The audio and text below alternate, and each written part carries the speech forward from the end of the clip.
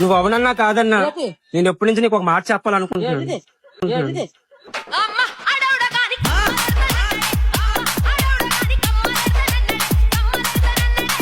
నిన్ను last time చూసాను బస్సులో. అసలు కాదు, చాలా సీరియస్ ఇది.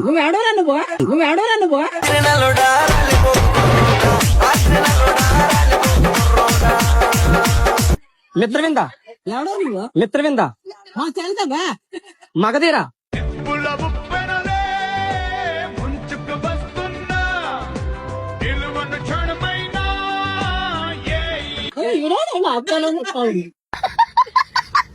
నువ్వైతే నాకు వద్దే ఇక్కడ కూడా మాట్లాడు.